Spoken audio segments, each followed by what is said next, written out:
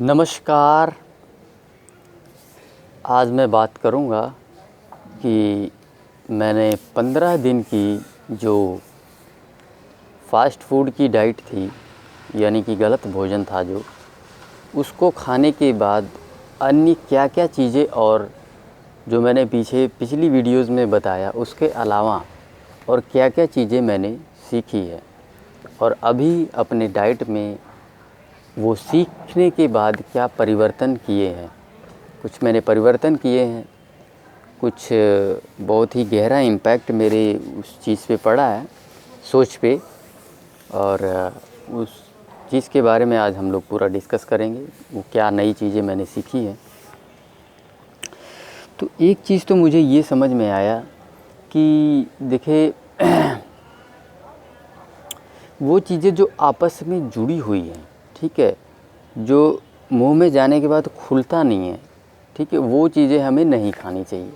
जैसे कि ब्रेड था, तो ब्रेड क्या है कि आपस में बाइंडेड होता है, उसे कूचने के बाद भी, बहुत सारा कूचने के बाद भी वो पूरा खुलता नहीं है, ठीक है। हालांकि काफ़ी छोटे टुकड़े तो हो जाते हैं, उससे भी छोटे टुकड़े होने चाहिए, सो दैट हमारे डाइजेस्टिव ट्रैक में वो जो है आसानी से ट्रैवल कर सके।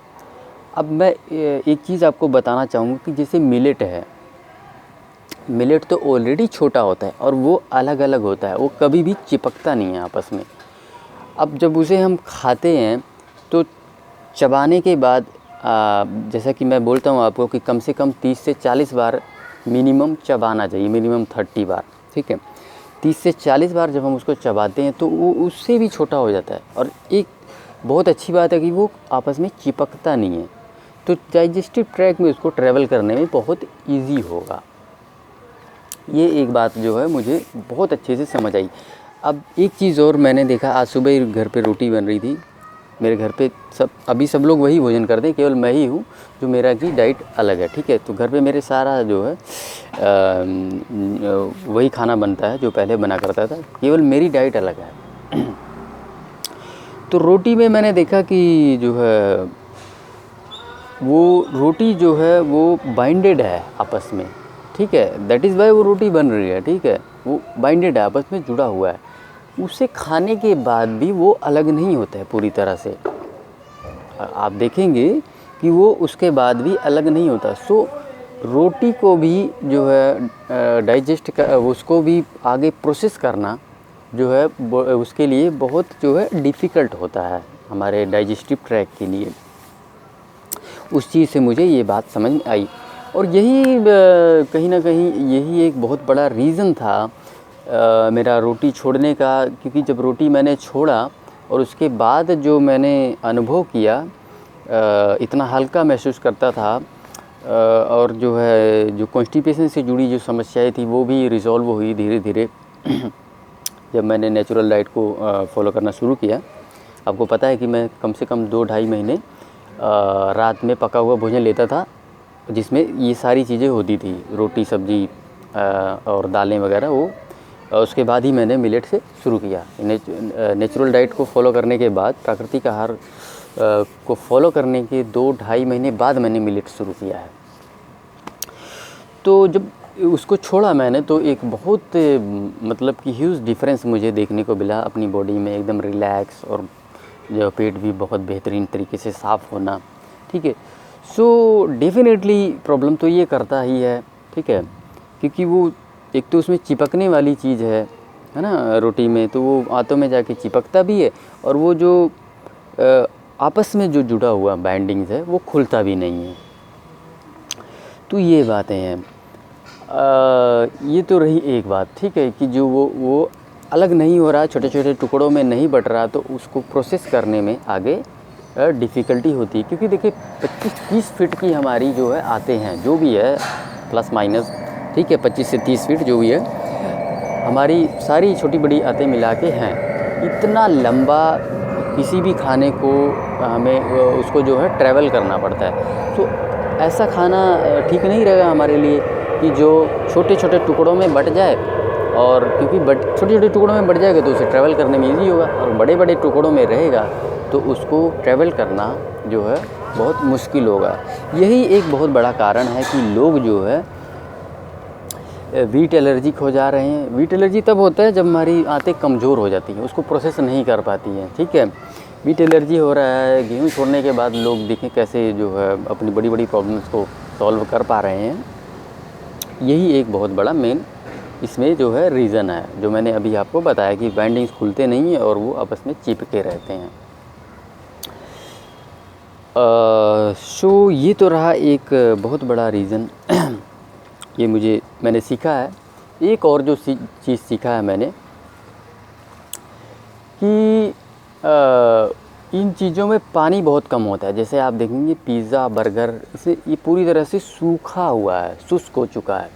इसको गले से नीचे उतारने के लिए भी किसी ड्रिंक की ज़रूरत पड़ती है। आपने देखा होगा कि उसके साथ ही कोल्ड ड्रिंक क्यों आता है, पिज़्ज़ा के साथ कोल्ड ड्रिंक क्यों दिया जाता है।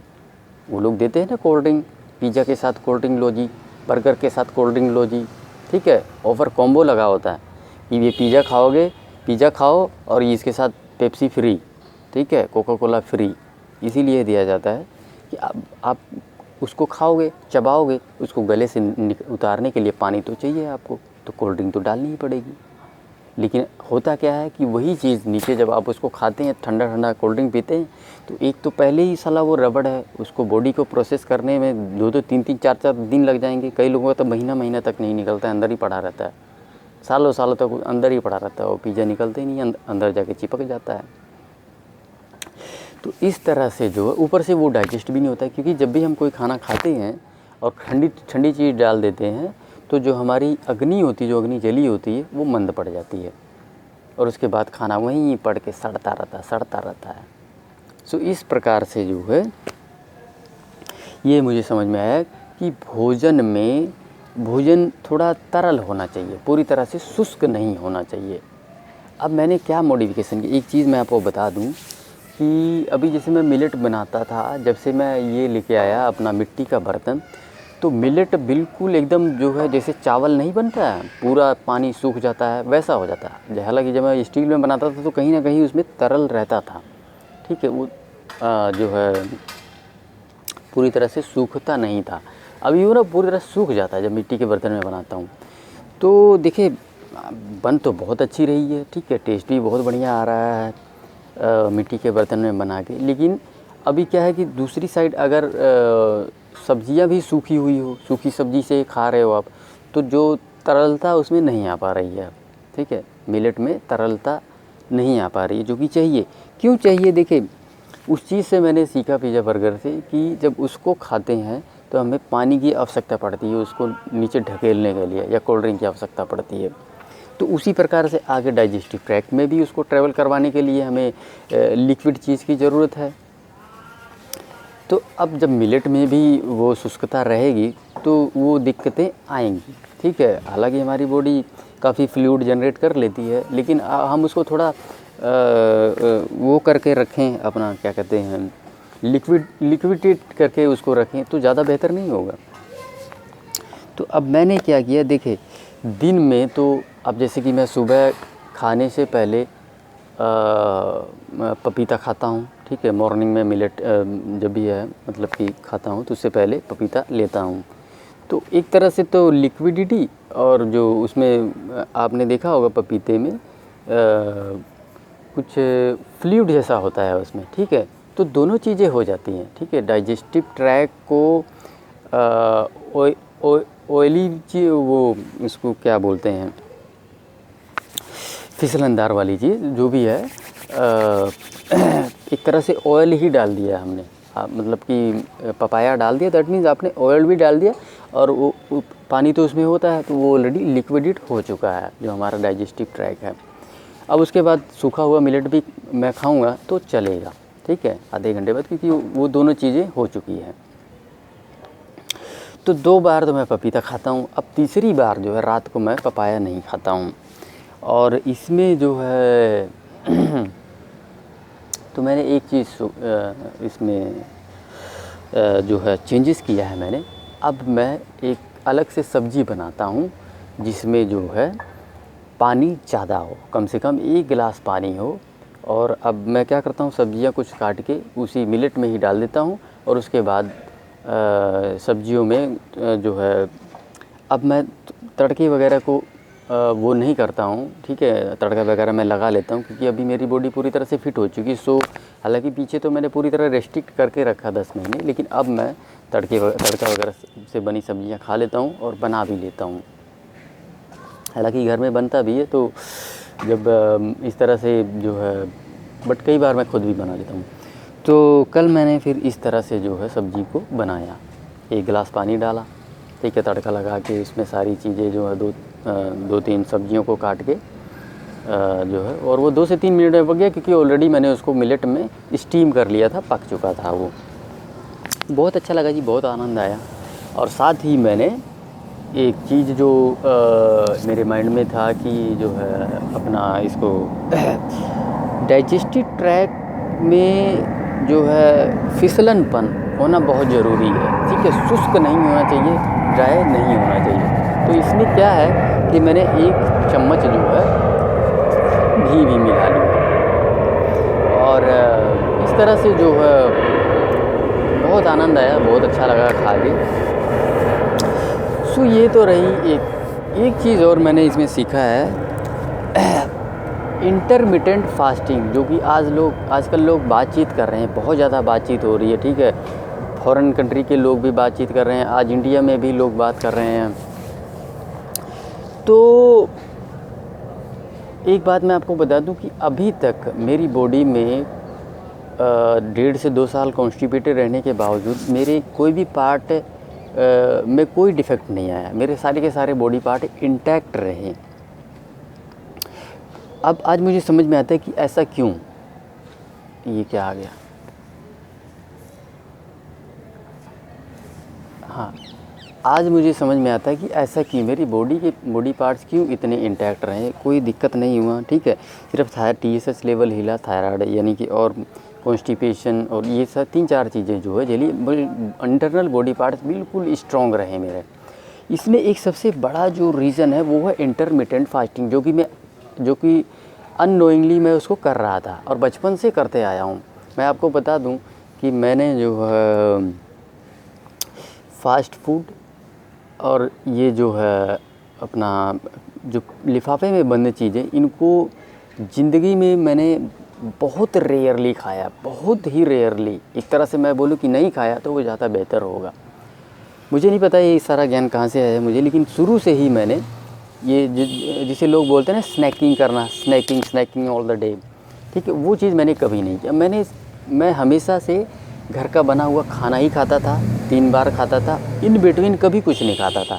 तो इससे क्या है कि इंटरमिटेंट फास्टिंग मेरी अपने आप ही हो जाती थी अननोइंगली। यानी कि जैसे मैं सुबह खा के गया और उसके बाद जो है ऑफिस में, उसके बाद 2 बजे खा लिया। अब 2 बजे के बाद कई बार मैंने ऐसी जगह पे भी जॉब किया जहाँ 8 बजे छुट्टी होती थी, ठीक है। तो खाना खाते खाते 9:30-10 बज जाते थे। तो इस तरह से 8-8 घंटे का मेरी फास्टिंग हो जाती थी, और ये बहुत अच्छी चीज़ थी। कहीं ना कहीं बीच में खाना मुझे अच्छा भी नहीं लगता था, और मैं बहुत बढ़िया फील करता था ऐसा गैप देके कि बहुत प्रॉपर भूख लगती थी। जब भी 9, 9:30, 10 बजे खाते थे, एकदम बढ़िया प्रॉपर भूख लगती थी। और वो जब भूख लगी होती है तो खाना बहुत आराम से जो है डाइजेस्ट भी हो जाता था। तो एक मेरी बहुत अच्छी आदत पीछे से चली आ रही है, चाय तो मैं पीता ही नहीं था। तो उस 8 घंटे के दौरान मेरी बॉडी में कुछ नहीं जाता था, और इसका एडवांटेज मुझे मिला क्योंकि प्रॉब्लम झेलते हुए भी मेरे सारे के सारे बॉडी पार्ट इंटैक्ट रहे, बिकॉज ऑफ दिस कि मैं अननोइंगली, ना जानते हुए, ये 8 घंटे की फास्टिंग करता रहा। सो इस तरह से अब मुझे समझ में आता है कि वो 8 घंटे की जो फास्टिंग जो कि मैं अनजाने में मैं करता रहा, उसका कितना बड़ा एडवांटेज है। उसने मुझे बहुत बड़ी बड़ी बीमारियों से बचाया। नहीं तो कहीं ना कहीं 1.5-2 साल जो मैं प्रॉब्लम में रहा, कहीं ना कहीं मेरे इंटरनल बॉडी पार्ट्स को भी डैमेज ज़रूर करता। तो अब जो है मैंने एक चीज़, अब मैं कल से मेरे माइंड में आया है, कल मैंने उसको शुरू भी किया। परसों जब मैंने पूरा दिन मॉर्निंग में पेट साफ़ नहीं हुआ और सारा दिन कुछ नहीं खाया, मैं बहुत बढ़िया जो है मुझे कुछ चीज़ें नोटिस हुई कि जो है जो फास्टिंग हुआ मैं कहा यार ये बहुत अच्छी चीज़ है, मेरे को करनी चाहिए, ठीक है, दिन में नहीं खाना चाहिए ज़्यादा से ज़्यादा। अभी क्या है कि मैं 5-5 6-6 बार कुछ ना कुछ चीज़ें डालता रहता हूँ, दैट इज़ रॉन्ग, ये मैं गलत कर रहा हूँ। अब मैं इसमें एक बदलाव करने वाला हूँ कि दोपहर का जो भी मैं मिलेट खाऊँगा, ठीक है, उसके बाद मैं सीधा रात को मिलेट ही खाऊँगा और कुछ नहीं खाऊँगा। जैसे कि अभी आप लोगों को मैं बता दूं कि मैं बनाना ले लेता हूं, 2 बनाना या 1 बनाना 1 से 4 से 5 बजे लेता हूं। अब नहीं लूँगा, मैं बिल्कुल नहीं लूँगा, ठीक है। 2 बजे खाया मिलेट तो सीधा अब मैं 8 बजे 9 बजे जो भी है मैं सीधा मिलेट ही खाऊँगा। और जो मैं इवनिंग में जो अभी ड्राई फ्रूट्स मैं ले रहा था भिगो के, मूँगफली या 1-2 चीज़ें और मैंने अभी शुरू किया है, वो मैं लूँगा दोपहर को मिलेट खाने से आधे घंटे पहले या 15 मिनट पहले। और उससे पहले पपीता तो मैं खाता ही हूँ, ठीक है, दोपहर 2 बजे मिलेट खाने से पहले आधा घंटे पहले पपीता तो मैं लेता हूँ। उसी इन बिटवीन में मैं उसको एडजस्ट कर दूँगा और यहाँ पे मैं टोटल जो भी 6 से 8 घंटे का जो भी एक डिफरेंस बनेगा फास्टिंग का वो मैं रखूँगा, क्योंकि अननोइंगली मैं पीछे करते आया हूँ और उसका रिज़ल्ट मुझे मिला है। और अभी परसों जब मैंने पूरा दिन कुछ नहीं खाया तो मुझे वो बात समझ में आई कि नहीं, ये करना चाहिए, हमें कुछ नहीं डालना चाहिए मुंह में, और गलत है। और एक बात और बता दूं कि अब जब मैंने कल कुछ नहीं खाया, ठीक है, कल मैंने कुछ भी नहीं खाया 2 बजे से लेके रात को मिलेट खाने के दौरान, मैं आके जो है थोड़ा सा ध्यान भी करता हूँ। और अभी मैंने महीने 15-20 दिनों से 20-25 मिनट की रिगरस एक्सरसाइज करता हूँ, थोड़ा सा वेट लिफ्टिंग और मतलब कि इस तरह से पुशअप्स वगैरह लगाता हूँ 15 से 20 मिनट ज़बरदस्त। और जब मैंने कल वो किया तो मेरी बॉडी में एनर्जी बहुत ज़बरदस्त थी। वहीं जब मैं बनाना खा के आता था, पेट भरा भरा सा रहता था, वो चीज़ नहीं कर पाता था। तो ये एक और पॉजिटिविटी देखा कि मेरी बॉडी जब खाली रहती है सो बहुत ज़बरदस्त तरीके से काम करती है।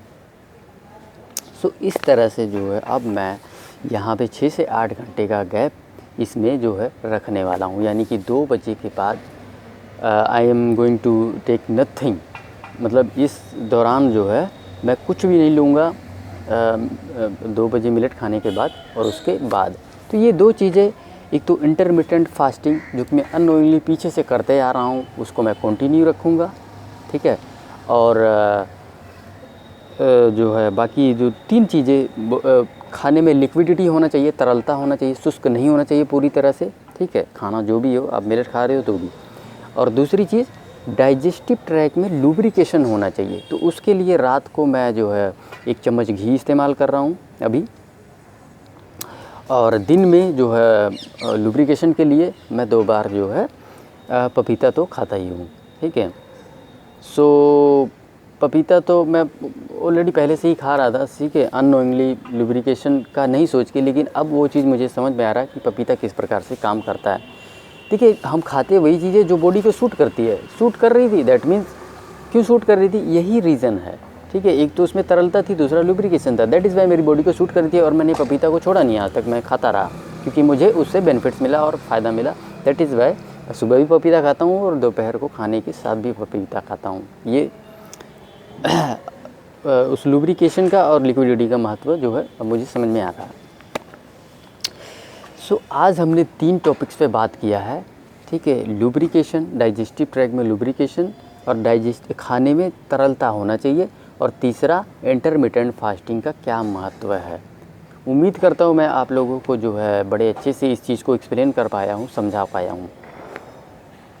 सो इस वीडियो को यहीं समाप्त करते हैं। जाते जाते एक चीज़ और बता दूँ कि कल एक भाई साहब ने मेरे से ना 2-3 सवाल कर लिया, ठीक है। एक तरफ वो कहते हैं कि आपकी वीडियो से सर मैंने बहुत कुछ सीखा, मुझे बहुत फ़ायदा मिला है, और व्हाट्सएप पे मुझे 2-3 सवाल मेरी वीडियोस को निकाल के पीछे पूछ रहे हैं। एक पूछ रहे हैं, भाई साहब आपने सन 2000 में ज़मीन लिया, ठीक है, तो भाई साहब सन 2000 में तो मैं घर से खुद आया, ठीक है, मेरे पिताजी यहाँ रहते थे, तो ज़मीन मैं लूँगा कि मेरे पिताजी लेंगे, ठीक है। 10 साल का बच्चा ज़मीन ले सकता है, अपने ज़रा ये खोपड़ी चला लिया करो, ठीक है, नंबर 1 बात।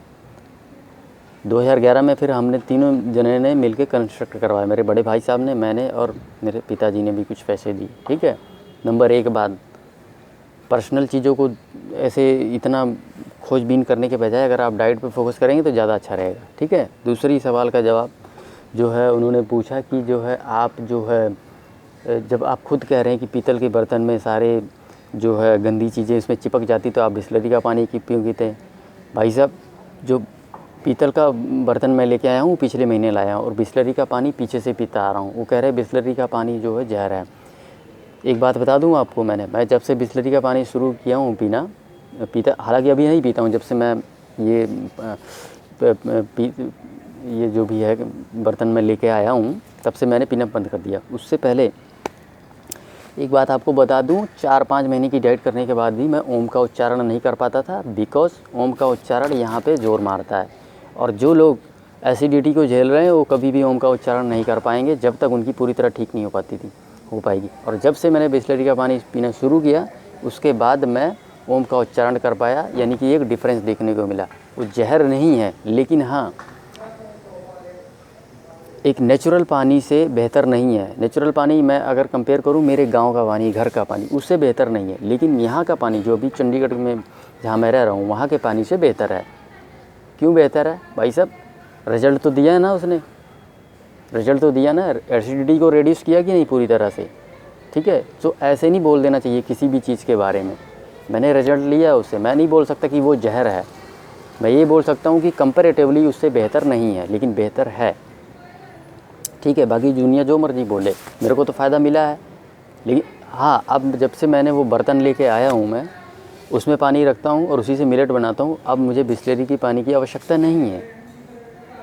ठीक है, और तीसरी एक और सवाल उन्होंने पूछा कि मैंने बोला कि जो है बिटर गार्ड और नीम से ऊपर कोई पेट साफ़ करने के लिए नहीं। वो कह रहे कि सनाया होता है। एक बात मैं आपको बता दूं भाई साहब, सनाया फनाया मैंने पिया नहीं है। ठीक है, मैं कैसे बोल दूं वो उससे ऊपर है? मैं यहाँ एक्सपीरियंस की बात करता हूँ, जो एक्सपीरियंस मैंने गेन किया, जो मुझे समझ में आ रहा हूँ मैं बोल रहा हूँ, और हज़ारों लोगों को उस पर बेनिफिट हुआ है। जो मैं बोलता हूँ कि जो है करेले के जूस से पेट साफ होता है, हज़ारों लोग, आपको भी उससे बेनिफिट हुआ है। आप मुझे ही सिखाने चले हो जी, ऐसे तो दुनिया में तुम्हारे से भी आगे कोई बोल देगा कि जी सनाए से भी ऊपर कोई चीज़ होती है पेट साफ करने के लिए। मुझे सिखाने के बजाय अगर आप अपनी डाइट पे फोकस करेंगे तो ज़्यादा बेहतर रहेगा। ठीक है, मैंने जिन लोगों से सीखा है, जो भी लोग हैं बड़े बड़े ज़िंदगी में, मैं उनसे कभी सवाल नहीं कर सकता। मैं उनके सामने हाथ जोड़ के हमेशा कृतज्ञ ही रहूँगा। सवाल करने की मेरी हिम्मत नहीं उनके आगे। आपने अगर मेरे से कुछ सीखा है तो आप कृतज्ञ रहो ना रहो वो आपकी मर्ज़ी है। ठीक है, लेकिन मैं तो रहता हूँ जिससे मैंने सीखा है। मेरी हिम्मत नहीं है उनसे सवाल करने की। आप पता नहीं कैसे हिम्मत जुटा पा रहे हैं सवाल करने की, ऐसे उल्टे सीधे सवाल। रादर देन सवाल करने के आप अगर डाइट पे फोकस करेंगे तो ज़्यादा अच्छा रहेगा। एक तरफ आप बोलते हैं आपसे फ़ायदा बहुत मिला है मुझे जी, ऊपर से ऐसे वाहियत से सवाल करके मेरा दिमाग ख़राब कर रहे हैं यार। अजीबोगरीब इंसान हैं आप। उम्मीद करता हूँ आपके इन सवालों का भी मैंने जवाब दे दिया यहाँ पे। ठीक है, कई लोगों के दिमाग में ऐसी उल्टी सीधी बातें चलती रहती है, यार तुम डाइट पे फोकस करो, कमाल कर रहे हो। एक बात मैं आपको बता दूं कि ज़िंदगी में मैंने झूठ बोला नहीं है और बनावटी चीज़ मुझे पसंद नहीं। यहाँ बैठ के इतने सिंपल तरीके से वीडियो बनाता हूँ और बोलता भी उसी आम बोलचाल भाषा में हूँ, क्योंकि मुझे बनावटी चीज़ पसंद नहीं है, बना के आके बोलना। ठीक है, इधर से कंटेंट उधर से कंटेंट। 100% यहाँ एक्सपीरियंस की ही बात करता हूँ मैं, जो मैंने खुद से सीखा है। बनावटी चीज़ मुझे पसंद नहीं है और ना ही मुझे झूठ बोलना, ज़िंदगी में झूठ बोला है। मुझे जानने वाले एक एक इंसान जो मुझे जानता है उन सबको पता है कि अनमोल ने ज़िंदगी में कभी झूठ नहीं बोला और बनावटी चीज़ें भी नहीं उसे पसंद है। ठीक है, ये 2 बातें आप याद रखें। ठीक है, और ऐसे इन चीज़ों पे फोकस करने में, इन चीज़ों में दिमाग लगाने के बजाय आप डाइट पे फोकस करेंगे तो ज़्यादा अच्छा रहेगा। ठीक है, और मैंने आपके 3 सवालों के जवाब भी दे दिए हैं। इस वीडियो को यहीं समाप्त करते हैं। धन्यवाद।